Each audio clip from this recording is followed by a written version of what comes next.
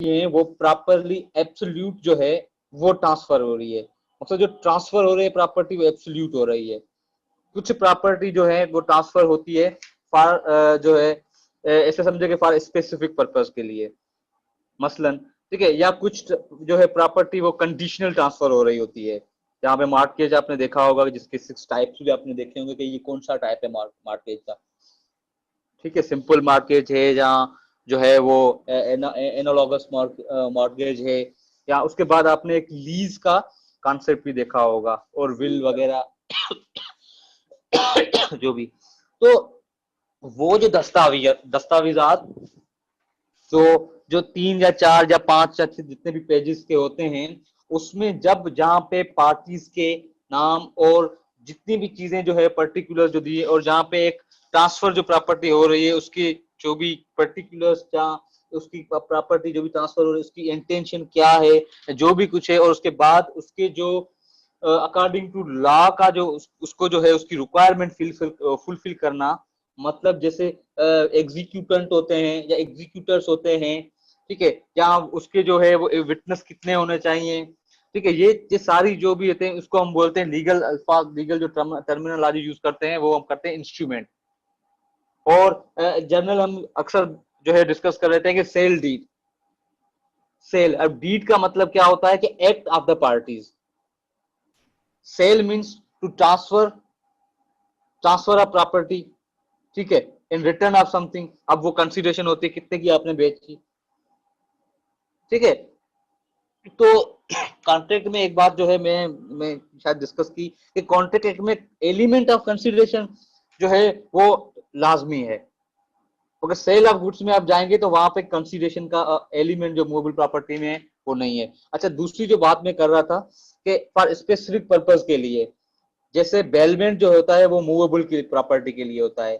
Bailment में आप जब प्रॉपर्टी कोई दे रहे होते हैं तो फॉर स्पेसिफिक पर्पस के लिए होती है। जब स्पेसिफिक पर्पस फुलफिल हो जाता है तो वो वही जो है वो चीज जो है आपको वापस मिल जाती है, ठीक है। तो इन दी जो है वो मैं वापस इस बात पे आ रहा हूँ कि ये जो बात है, ये जो रेक्टिफिकेशन की है कि इंस्ट्रूमेंट्स का क्या मतलब होता है, कि इंस्ट्रूमेंट का ये मतलब होता है कि वो दस्तावेजात जिसपे पार्टीज जो है वो एक्ट के थ्रू, other by operation of law और by act of the parties जो है उसके थ्रू कोई कुछ चीज जो है वो सेल आउट हो रही है, या उसकी लीज बन रही है, या वो मार्टगेज डीड बन रही है, या वो गिफ्ट हो रही है। इस तरह की जो भी कॉन्ट्रैक्ट्स बनते हैं वो एक रिटन डॉक्यूमेंट की सूरत में बनते हैं, और उस रिटन डॉक्यूमेंट को हम लोग जो है वो क्या कहते हैं, इंस्ट्रूमेंट कहते हैं। अच्छा, अब सबसे पहले ये है कि ये यहाँ पे लिखा हुआ सर है कि जी आप बार बार कह रहे हैं रिटन डॉक्यूमेंट, क्या अनरिटन डॉक्यूमेंट भी होता है क्या? जी सर आपने कहा रिटन डॉक्यूमेंट, क्या अनरिटन हम्म डॉक्यूमेंट भी हो सकते हैं? ऐसे डॉक्यूमेंट हो सकते हैं कि जो अनरिटन हो? डॉक्यूमेंट तो रिटन ही होता है ना। हम्म। और डॉक्यूमेंट की सर, डॉक्यूमेंट की भी तो कोई डेफिनेशन होगी। डॉक्यूमेंट की डेफिनेशन आपको पढ़नी है, आप चले जाए जनरल क्लास एक्ट में। जनरल क्लास एक्ट अच्छा में सर बड़ी खूबसूरत सी डेफिनेशन दी हुई है, जहाँ पे ये लिखा हुआ है कि अगर आपकी जो है, मैं आपको जो है वो ऐसे समझाऊंगा, चलो डॉक्यूमेंट की डेफिनेशन की आप बात की है। डॉक्यूमेंट की डेफिनेशन इतनी वास्ट डेफिनेशन है, आप जनरल क्लास एक्ट में पढ़ेंगे तो जब आप उसको पढ़ेंगे तो आप थोड़ा सा मकसद एक नई चीज आपके सरप्राइज हो जाएंगे। मसलन सर। इस तरह का है कि रिटन डॉक्यूमेंट को इस तरह से एक्सप्लेन किया हुआ है कि अगर कोई बॉडी है उस पर कोई लकीर दी दी है, एजाज दिखने को बॉडी है या का बोर्ड है किसी का लकीर है, तो it is also considered as a document. अच्छा सर, हाँ सर, तो ये तो एक इम्पोर्टेंट हाँ, चीज जब है, ये आप तो हमें पता ही नहीं। बिल्कुल बिल्कुल जब आप वो वहां पे जब डॉक्यूमेंट में जाएंगे, जब डॉक्यूमेंट की डेफिनेशन पढ़ेंगे तो आप देखेंगे जनरल क्लास एक्ट में, तो वहां पे आप देखेंगे कि फिगर से या कुछ ऐसी चीज है, तो वो भी डॉक्यूमेंट अंडर लॉ वो भी डॉक्यूमेंट प्रूविंग हो जाएगी। कि इवन आपकी जो है वो, मुझे आज भी मिसाल वो याद है, सर अरुण साहब जो है वो पढ़ाते हैं general clauses act interpretation of statutes का जो पार्ट है उसमें जनरल क्लास एक्ट आप जब पढ़ेंगे तो वहां पे जब डॉक्यूमेंट की डेफिनेशन पढ़ेंगे आप, तो वो आप एक बहुत ही एक सरप्राइजिंग आपके लिए चीज होगी कि फिगर्स जो भी बन रही है या कोई लकीर है वो भी डॉक्यूमेंट है, it presumed as a document as per general clauses act. ठीक है। अच्छा, मैं रिटन डॉक्यूमेंट की बार बार इसलिए बात कर रहा हूं कि कुछ एग्रीमेंट या कुछ कॉन्ट्रैक्ट जो होते हैं वो ओरली होते हैं। It will take a time in court to prove the oral transaction. जो ट्रांजैक्शन बिल्कुल सर। होती है, ठीक है, तो उसको प्रूव करना बहुत ही मुश्किल होता है, मगर under the law these are oral transactions are oral agreements are oral contracts are permissible, yes admissible. Sir. तो हाँ उस सर, वो पे जो है उसमें पढ़ा है। डिफरेंट जो, हाँ पढ़ा होगा आपने, तो उस पे जो रिटन डॉक्यूमेंट की जो यहाँ पे जो बात हो रही है इंस्ट्रूमेंट की, जब बात होगी तो मीन्स रिटन डॉक्यूमेंट। ठीक अच्छा है। सर। और ये जो ठीक है मैं सर। आप सेल डीड लीज डीड ये सारी जो मैंने दास्तान आपको बताई वो, अब इस चैप्टर का कॉन्सेप्ट क्या है, इस चैप्टर में क्या करना है, उस इंस्ट्रूमेंट को क्या करना है, हमें रेक्टिफाई करना है। सबसे पहला सवाल आपके माइंड में यही आता होगा कि क्यों रेक्टिफाई करना है। Yes sir. डेफिनेटली ये जब इस चैप्टर को हम डिस्कस करेंगे, सबसे पहले कि उसकी क्या क्या जरूरत पड़ेगी भाई। आप इंस्ट्रूमेंट आपने बना लिया, सब कुछ हो गया, उसके बाद आप उसको रेक्टिफाई क्यों करवाना चाह रहे हैं, थ्रू कोर्ट के रेक्टिफाई क्यों करवाना चाह रहे हैं, या विद कंसर्ट ऑफ रेक्टिफाई क्यों करवाना चाह रहे हैं। तो हम इस पे डिफरेंट जो है, उस पे 4 सेक्शन है, उसको हम डिटेल में हम लोग डिस्कस करेंगे। मगर एक आपको मैं टिप्स जो एक पॉइंट जब हम डिस्कस कर लूं कि रेक्टिफिकेशन का ये एक रेक्टिफिकेशन क्यों कराते हैं, उसका ये एक आंसर हो सकता है, इसका ये आंसर है कि जो इंटेंशन जो थी एक्ट ऑफ पार्टीज के थ्रू, एक इंटेंशन जो थी वो इंटेंशन वाजे नहीं है, इंस्ट्रूमेंट में वो इंटेंशन वाजे नहीं है। जब इंस्ट्रूमेंट को पूरा पढ़ा गया कि उसकी इंटेंशन क्या थी पार्टीज की, वो क्लियर नहीं है, तो उस सूरत में क्या है, उसको हम रेक्टिफाई करवाना चाह रहे हैं। उसके बाद जो ठीक चैप्टर सर। चैप्टर जो फोर्थ चैप्टर है वो 35 से 38 तक जो है वो है, ये चैप्टर डील करता है कॉन्ट्रैक्ट से। यहाँ पे एक बात मेरी आप जेन में रख लें, और प्लीज इसको बात को जो है वो आप जेन में रख लें कि ये वो चैप्टर है जहां पे कॉन्ट्रैक्ट की बात हो रही है, इंस्ट्रूमेंट की बात नहीं हो रही। दूसरे जो भी चैप्टर है, नेक्स्ट चैप्टर कैंसिलेशन इंस्ट्रूमेंट की होती है, रेक्टिफिकेशन इंस्ट्रूमेंट की होती है, पर रिवोक जो है वो कॉन्ट्रैक्ट को जो है रिवोक जो है कॉन्ट्रैक्ट होता है। कुछ ऐसी कॉन्ट्रैक्ट, कुछ ऐसे कॉन्ट्रैक्ट्स बनते हैं जो बाद में ऑप्शन ऑफ द पार्टीज भी आ जाते हैं कि इसको एग्जीक्यूट किया जाए इस कॉन्ट्रैक्ट को या नहीं किया जाए। तो उस सूरत में पार्टीज के पास ये राइट होता है कि वो इसको रिवोक करवा सकते हैं। जैसे वॉइडेबल कॉन्ट्रैक्ट्स, वॉइडेबल कॉन्ट्रैक्ट्स में एक पार्टी की ऑप्शन पे होता है, इसको रिवोक क्यों किया जाता है क्या नहीं है, ये सारी चीजें जो है वो हम लोग इस चैप्टर में पढ़ेंगे, जो चैप्टर स्टार्ट होता है 35 से 38 तक। उसके बाद आपकी सिविल प्रैक्टिस में 2 चैप्टर्स जो हैं वो बहुत ही इंपॉर्टेंट चैप्टर हैं। एक है कैंसिलेशन ऑफ इंस्ट्रूमेंट और दूसरा है declaratory decrease. Cancellation of instrument 39, 40 और 41, ये चैप्टर 5 है इस एक्ट का, जहां पे 3 सेक्शन जो है वो कंप्राइज ऑफ 3 सेक्शन है, जहां पे कैंसिलेशन ऑफ इंस्ट्रूमेंट की कैंसिलेशन हो रही है। अब ये बात आपको पता होगा कि civil court having a vast jurisdiction, having an exclusive jurisdiction to cancel the instrument। Instrument को कैंसिल करने के जो जो इख्तियारात हैं वो सिविल कोर्ट के पास है। जैसे ऑनरशिप को डिक्लेयर करना या टाइटल को डिक्लेयर करने का जो इख्तियारात जो है वो सिविल कोर्ट के पास है। सिविल कोर्ट के पास जो है वो एक्सक्लूसिव जो है ना, आप एक जुरिस्डिक्शन आपने एक अल्फाज पढ़ा होगा कि civil court having an ultimate jurisdiction.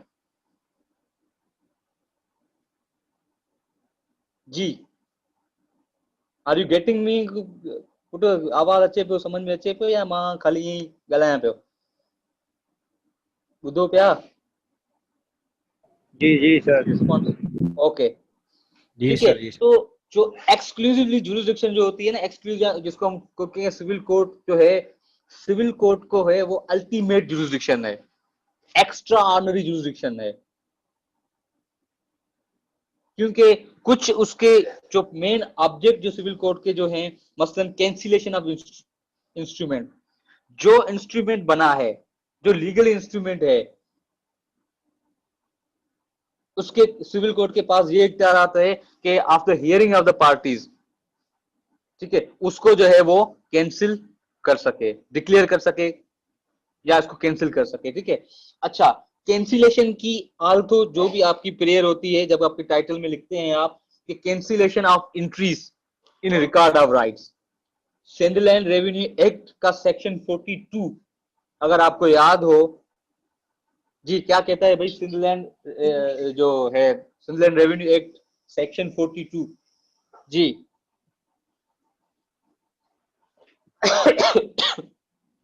चलें भाई बताएं।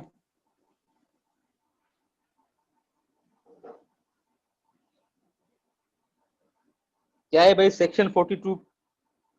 रिकॉर्ड ऑफ राइट्स पे डिस्कस, चलो मैं ही बता रहा हूँ, रिकॉर्ड ऑफ राइट्स की बात हो रही है, ठीक है।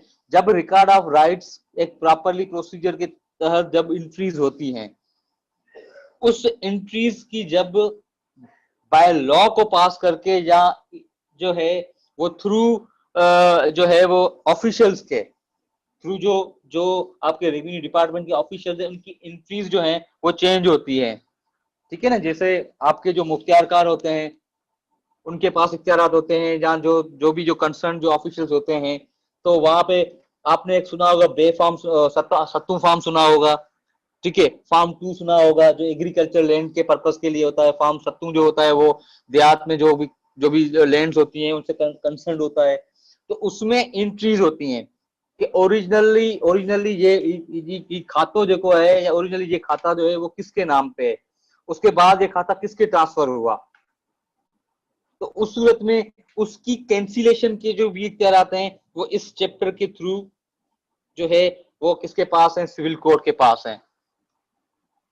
वो अलग बात है कि अपीलेट फॉरम जो है वो जो कैंसिलेशन नीचे की है उसके जो जजमेंट और डिक्री है उसको सेट असाइड करती है, तो दैट इज अनदर इशू, ठीक है। उस पे मैं जो है उस पे फिर जब हम आएंगे अपीलेट फॉरम पे क्या होता है तो उसको हम कभी जो है जनरली डिस्कस कर लेंगे, ठीक है। अच्छा, अब आए नेक्स्ट चैप्टर पे, सर चैप्टर फॉर्म 6 जो है। 7 की कैंसिल। जी हेलो जी अच्छा जी एक मिनट सर, में आपको फॉर्म बता दूं 7 अब की जो, जो हाँ हाँ, फार्म 7 की फा- कैंसिलेशन नहीं होगी। फार्म 7 में जो एंट्रीज है, किसके नाम पे एंट्रीज है, उसकी कैंसिलेशन की बात कर रहा हूं मैं। अच्छा सर, उनकी जरूरत क्यों पड़ती है फिर? किन फ्रॉडुलेंटली जो केसेस है में आप, मतलब ये ऐसा होता है? काफी केसेस होते हैं जब आप फैक्ट फाइंडिंग देखेंगे तो मसलन आपके दादा की जो है वो जमीन थी, आपके दादा के इंतकाल के बाद जो आपके अबू जो थे वो सेकंड नंबर पे थे, बड़े जो नहीं थे, सेकंड नंबर वाले अबू ने जो है वो एक झूठी सी जो है गिफ्ट डीड बना दी और वहां पे लिखवा दिया कि ये प्रॉपर्टी जो है अबू ने जो जब वो जिंदा थे वो उन्होंने सेल कर दी और मेरी जो है वो इसमें एंट्री करें। ये मैंने ये सेल डीड है मेरे पास, ये झूठी बना के और अपनी एंट्री जो अपने नाम पे करवा ली। बाद में अब जब डिक्लेयर हो गया, कोर्ट ने ये डिक्लेरेशन दे दी कि ये सील डेट जो है वो जो है वो तो झूठी है, जी जी। वो झूठी है। अब उसके बाद इनहेरिटेंस का जो राइट बनता है, इनहेरिटेंस के राइट में आपके अबू अबू भी हैं और आपके 3 चाचा भी और 6 फूफी भी है। जाहिर बात है उनका सबका राइट बनेगा, सबकी एंट्रीज जी होंगी। जी। उस सूरत में अच्छा ये सर। इनहेरिटेंस की जो भी मामलात होते हैं, इंट्रीज का बड़ा जो है वो सारा का सारा जो है चक्कर जो है वहां पे फॉलो होता है। जब हम इसको चैप्टर में डेप्थ में समझेंगे, जब हम एक 15-20 मिनट में प्रैक्टिकल एस्पेक्ट्स पे क्या कोर्टों में होता है तो उस पर जब हम डिस्कशन करेंगे तो हम इसको जो है कवर कर लेंगे, ठीक है। उसके बाद जी जी। डिक्लेरेटरी डिक्रीज का चैप्टर जो है वो स्टार्ट होता है, जो 42 और 43 सेक्शन में चैप्टर 6 जो है वो डील करता है डिक्लेरेटरी डिक्रीज से। अब डिक्लेरेशन, जनरल जो डिक्लेरेशन का इतना बड़ा जो कॉन्सेप्ट है, आप अमूमन देखेंगे कि जो ये लिखा हुआ है प्रीएम्बल में, थ्रू जो है सिविल सूट्स के, अक्सर बाजों का डिक्लेरेशन की ही जो है वो जो है प्रेयर होती है कि डिक्लेयर किया जाए कि ये जो डॉक्यूमेंट है वो नल एंड वॉइड है। ये डिक्लेयर किया जाए कि मेरा राइट बनता है, मुझे डिक्लेयर किया जाए कि मेरा नाम ये है। अब इंटरेस्टिंग मैं आपको यहाँ पे ये बात बताऊं कि डिक्लेरेटरी डिक्री की कोई भी एग्जीक्यूशन नहीं होती है, डिक्लेरेटरी डिक्री जो होती है ना, डिक्लेयर कर देना। मैं कह रहा हूं कि इजाज जो है वो सीआर नहीं है, सीआर कोई और है। इजाज कह रहा है कि नहीं सर मैं सीआर हूं, डिस्प्यूट हो गया, कोर्ट ने डिक्लेयर कर दिया कि भाई इजाज जो है वो सीआर है। अब इसकी क्या एग्जीक्यूशन होगी?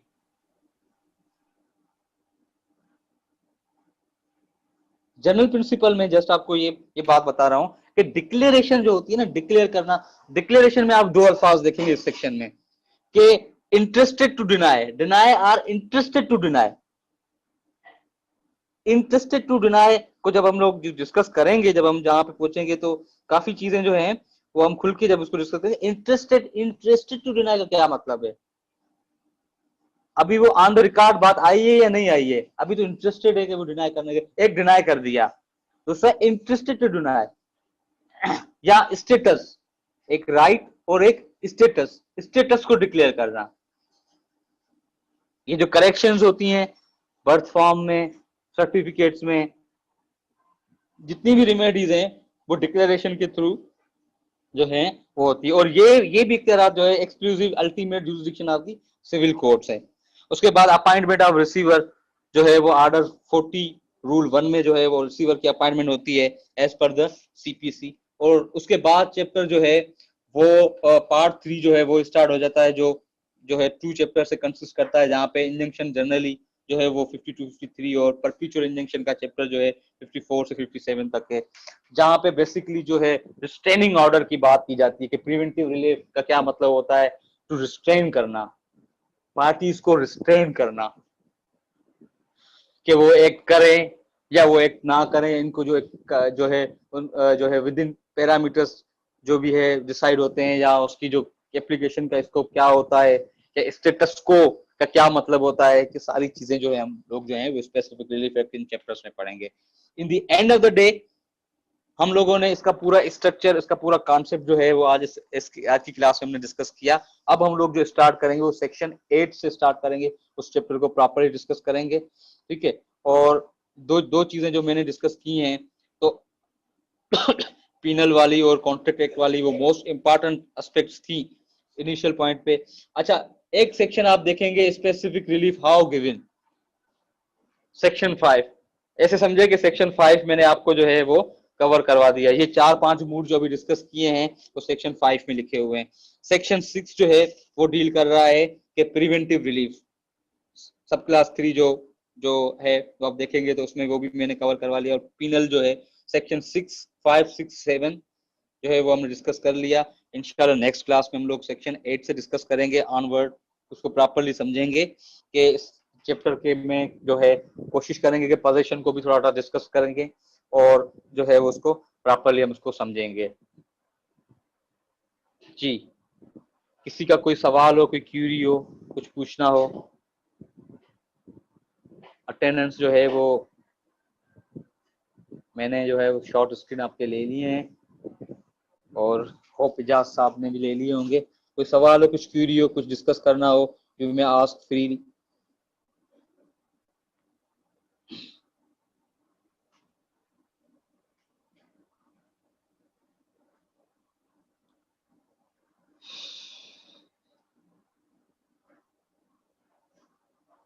लंबा लेक्चर हो गया क्या?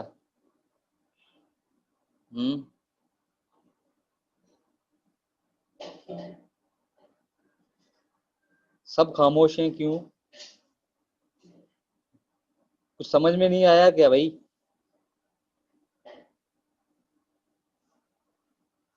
जी राफे, अब्दुल राफे,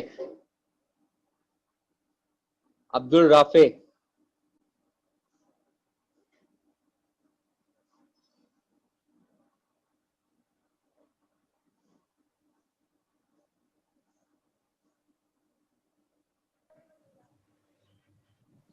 सर चैट में मोकलिया तो टाइप करे।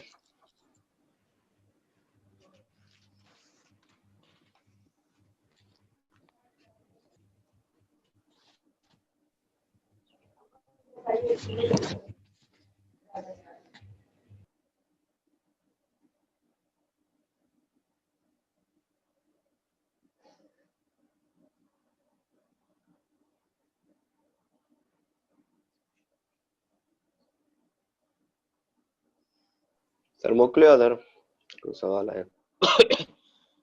डिक्लेरेटरी डिक्रीज जो भी होती हैं उसकी एग्जीक्यूशन आप मैं बोल रहा हूं कि आप राफे हैं, आप बोल रहे हैं नहीं मैं मोहम्मद राफे हूं, कोर्ट ने डिक्लेयर कर दिया कि ये मोहम्मद राफे है, अब इसकी क्या एग्जीक्यूशन करवाएंगे आप? अब आप एप्लीकेशन फॉर एग्जीक्यूशन फाइल कर रहे हैं कि ये आप एग्जीक्यूट कर रहे हैं कि ये मोहम्मद राफे है। पार्टीशन की तो डिक्लेयर हो सकती है एग्जीक्यूशन, कोर्ट ने डिक्लेयर कर दिया कि जो एक एक जो ये जो चार जो रूम है उसकी पार्टीशन की जाए, वो तो एग्जीक्यूशन, उसकी तो एग्जीक्यूशन तो हो सकती है।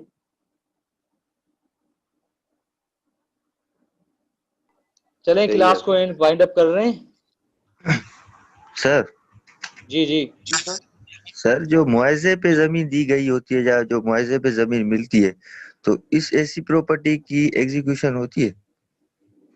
अच्छा जी, सर मुआवजे पे जो जमीन दी जाती है जैसे मका कंपनसेट दो चाहिए पियो ना, मका दो चाहिए हाँ पियो ना, लीज थी वही जी, लीज थी वही अली नहीं नहीं सर मका तो अलग आ वो मुआवजे में जेकी जमीन दी वेंदी आहे जीअं की फॉर एग्जांपल मुंहिंजो घर आ सही आ रोड ते त उन रेलवे वारनि खे खपे हुतां पटड़ी कढणी आहे मुंहिंजे घर जे मथां ई मूंखे उन्हनि चयो कि असां तोखे लैंड पैसा एक्विजिशन लैंड एक्विजिशन एक्ट है हिकिड़ो, ठीक है, लैंड एक्विजिशन एक्ट है जो प्रोविजन है उन तहत उनकी प्रोसीडिंग्स हूंदी है। इहो जेका सिचुएशन जेका तव्हां ॿुधायो पिया उहो हुन लैंड एक्विजिशन एक्ट में फाल कंदी है, उनमें किथे एवार्ड ॾींदा आहिनि या किथे मां मक़सद हाणे पटड़ी खपे थी, पटड़ी जे लाइ जेका ज़मीन आहे उहो अलॻि सां तव्हांखे ज़मीन ॾिनी वई आहे, हाणे अलॻि सां जेके तव्हांखे ज़मीन ॾिनी वई आहे बाद में फ्री था वञनि, ज़मीन ॾियणी कोन्ह था, तव्हां उनजे न न लाइ तव्हां चवंदा हाणे एग्जीक्यूशन मां फाइल कयां, एग्जैक्टली सर तव्हां सही आहियो इहो सही ॻाल्हि कयो बात था आहे न तव्हां?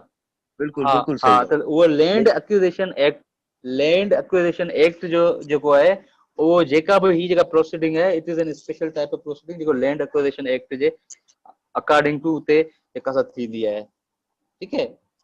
एग्जीक्यूशंस उती थींदी आहे, हिकिड़ी ॻाल्हि ज़हन ते रखिजो, जिते डिक्री जजमेंट आई हुजे, जजमेंट फॉलो कई हुई, जजमेंट ते डिक्री आई हुजे, कोर्ट तव्हांखे एक्सप्रेसली तव्हांजा राइट जेके आहिनि उहे डिटरमाइन करे छॾिया आहिनि, राइट्स ऐं ड्यूटीज़ डिटरमाइन करण खां पोइ ठीक है करे छॾियो, उन खां पोइ तव्हां एग्जीक्यूशन ते ईंदव।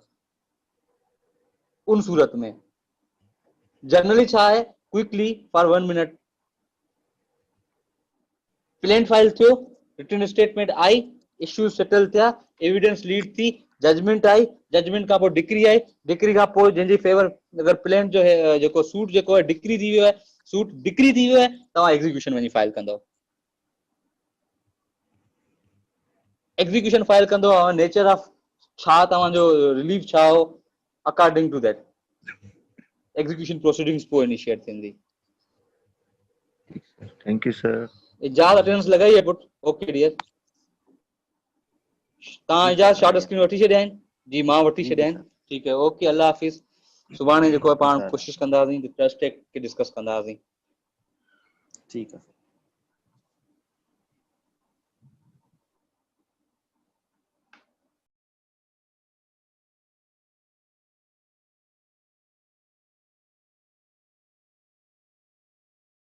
हाँ मेरे साथ तो बड़े आवा तुम्हारा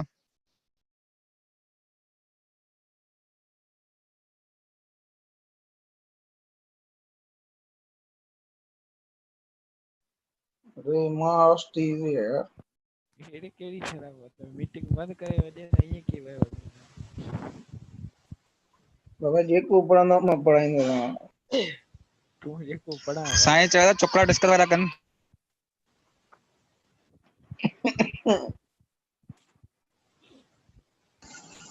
हमरे कर रहा हो, मकसद उसमें सारी जो भी चीजें हैं, जो भी कॉन्सेप्ट यहाँ लिखी रिकॉर्डिंग कही यार अरे जे रिकॉर्डिंग कयो व्हाट्सएप ग्रुप में सेंड करे रे अबा रिकॉर्डिंग के फायदो दाए कौन समझ में पोव को नहीं दो हां ये गल कभी तो सही है क्यों करे ना बच्चों तो वहां पे आप देखेंगे कि preamble where it is fine बजी हो यार defined and amend the law यो relating to डालबो certain सब्जेक्ट तो बता kinds of केड़ो specific गले relief obtained in civil suits, ठीक है ना। अब यहाँ पे